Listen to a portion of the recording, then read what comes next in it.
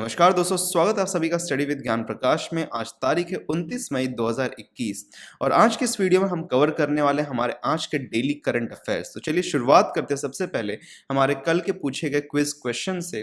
तो कल हमने आप लोगों से क्विज में पूछा था कि रशियन क्रांति को किस अन्य क्रांति के नाम से जाना जाता है। मार्च क्रांति, अक्टूबर क्रांति, अगस्त क्रांति या फिर जनवरी क्रांति।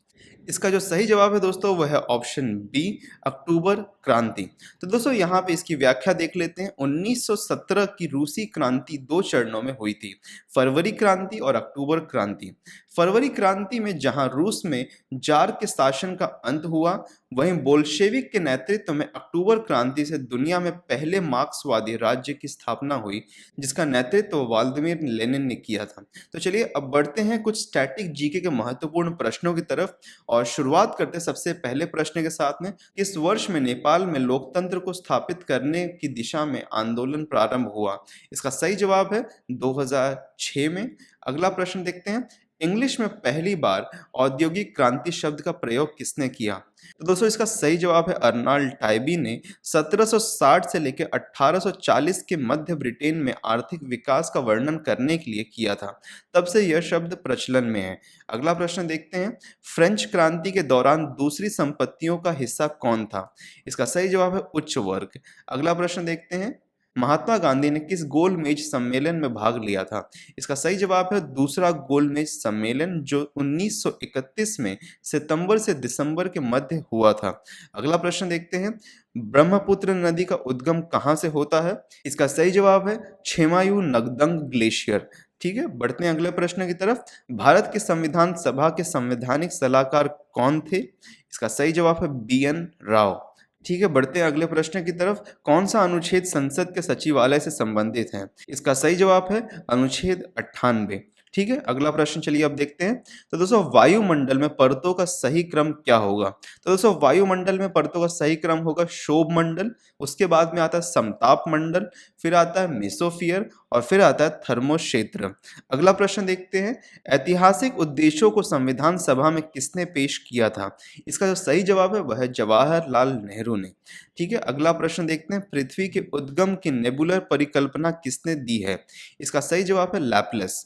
ठीक है दोस्तों, तो ये हो गए हमारे कुछ यहाँ पे बहुत ही इंपॉर्टेंट महत्वपूर्ण स्टैटिक जीके के प्रश्न।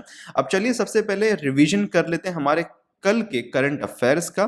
तो एक जल्दी से एक तेजी से एक रिवीजन कर लेते हैं हमारे कल के करंट अफेयर्स का। तो सबसे पहला करंट अफेयर था, हाल ही में किस नस्ल के खरबूज जापान में 18 लाख रुपए से अधिक कीमत पर बेचे गए?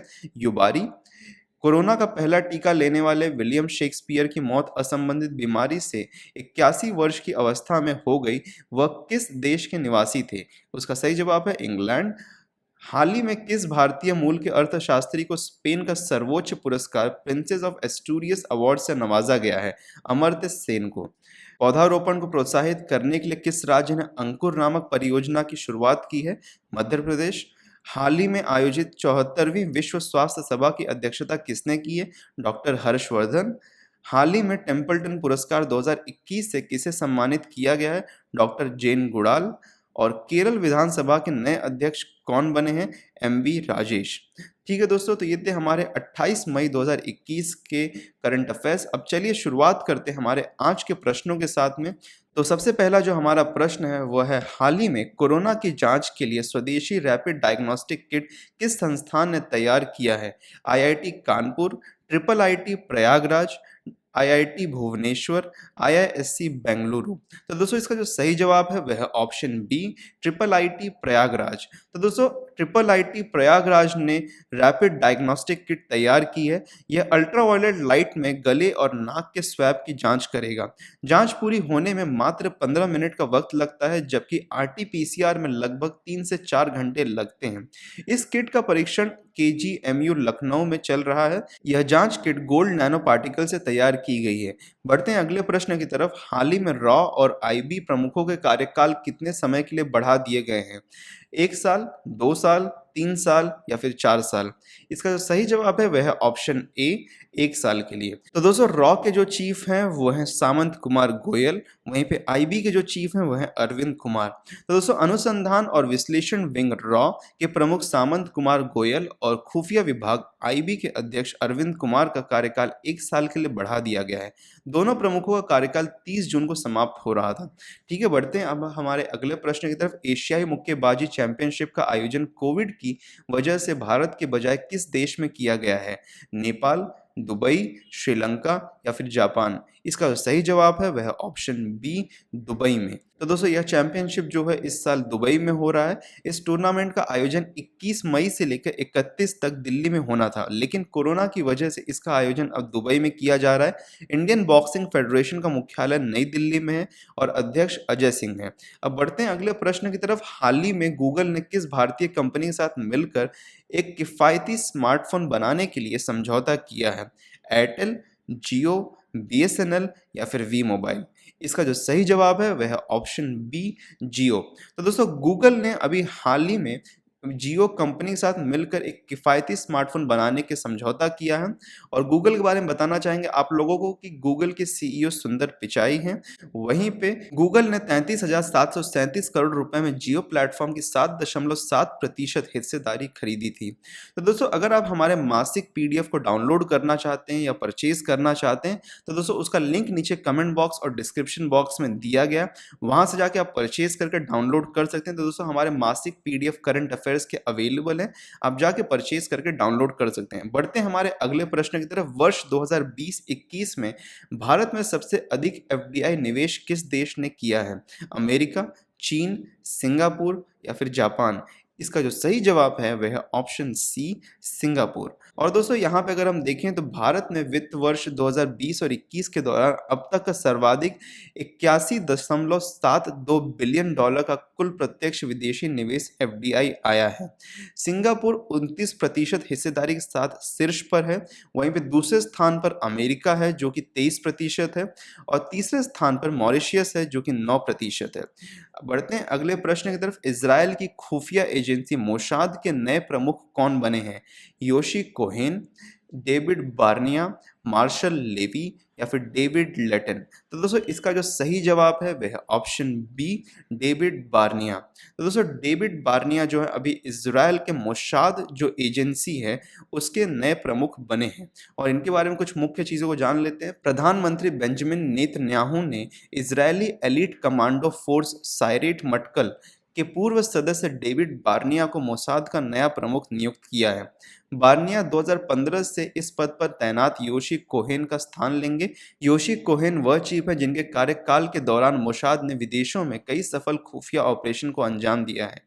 1996 में मोसाद में शामिल होने के बाद डेविड बार्निया के बारे में ज़्यादा जानकारी उपलब्ध नहीं है और इजरायली मीडिया के अनुसार बार्निया काफ़ी लो प्रोफाइल रहना पसंद करते हैं। वे मूल रूप से तेल अवीव के उत्तर शेरोन क्षेत्र में रहने वाले हैं। बढ़ते हमारे अगले प्रश्न की तरफ। गोल्फ टूर्नामेंट पीजीए चैंपियनशिप 2021 का खिताब किसने जीता है? फिल मिकेल्सन, जॉन डेब्यू, माइकल जॉनसेना, उपरोक्त कोई नहीं? इसका जो सही जवाब है वह ऑप्शन ए, फिल मिकेल्सन। अमेरिकी पेशेवर गोल्फर फिल मिकेल्सन ने 50 साल की उम्र में 2021 पीजीए चैंपियनशिप जीतकर इतिहास रच दिया है। इस जीत के साथ मिकेल्सन पीजीए टूर के इतिहास में एक बड़ा खिताब जीतने वाले सबसे उम्र दराज खिलाड़ी बन गए। यह उनका छठा बड़ा खिताब है। मिकेल्सन ने 50 साल 11 महीने और 7 दिन की उम्र में इतिहास में प्रमुख चैंपियनशिप के सबसे उम्र दराज विजेता का रिकॉर्ड तोड़ दिया। यह रिकॉर्ड पहले अमेरिकी जूलियस बोरोस के पास है जब उन्होंने 48 साल 4 महीने और 18 दिनों की उम्र में 1968 पीजीए चैंपियनशिप पर कब्जा कर लिया था। बढ़ते हैं हमारे अगले प्रश्न की तरफ। तो अगला प्रश्न, रुडोल्फ वी स्किंडलर अवार्ड 2021 से नवाजे गए पहले भारतीय कौन हैं? Doctor D Nageshwar Reddy, doctor G Satheesh Reddy, Rajnath Singh या फिर डॉक्टर हर्षवर्धन? इसका जो सही जवाब है दोस्तों वह है option A, doctor D Nageshwar Reddy. तो दोस्तों यह award American society for gastrointestinal endoscopy द्वारा दिया गया है। इस अवार्ड का नाम गैस्ट्रोस्कोपी के जनक कहे जाने वाले डॉक्टर स्किंडलर के नाम पर रखा गया है। ठीक है, तो बढ़ते हैं अब हमारे अगले प्रश्न की तरफ। हाल ही में खेल मंत्रालय ने जमीनी स्तर पर प्रतिभाओं को निखारने के लिए कितने राज्यों में कुल 143 खेलो इंडिया केंद्र खोलने का फैसला किया है? 9, 10, 7 या 12?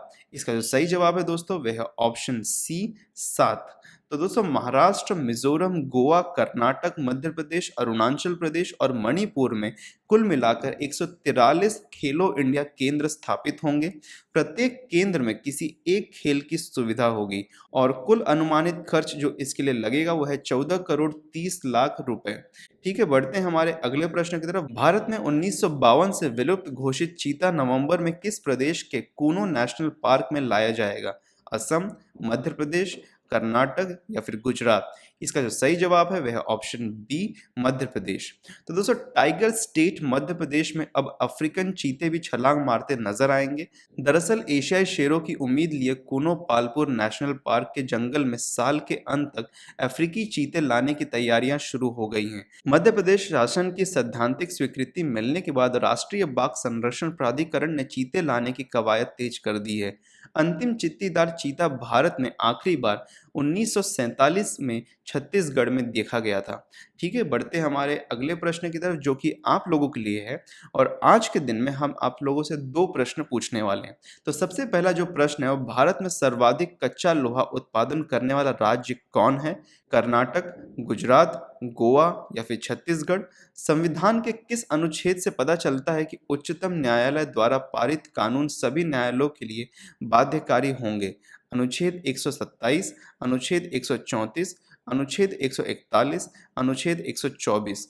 तो दोस्तों इन दोनों ही सवालों के जवाब आप कमेंट बॉक्स में विस्तृत रूप से लिखिएगा। और अगर आप हमारे पीडीएफ को डाउनलोड करना चाहते हैं, करंट अफेयर्स मासिक पीडीएफ को, तो इसका लिंक आपको नीचे डिस्क्रिप्शन में मिल जाएगा। आप जाके वहां से परचेज कर सकते हैं और डाउनलोड कर सकते हैं।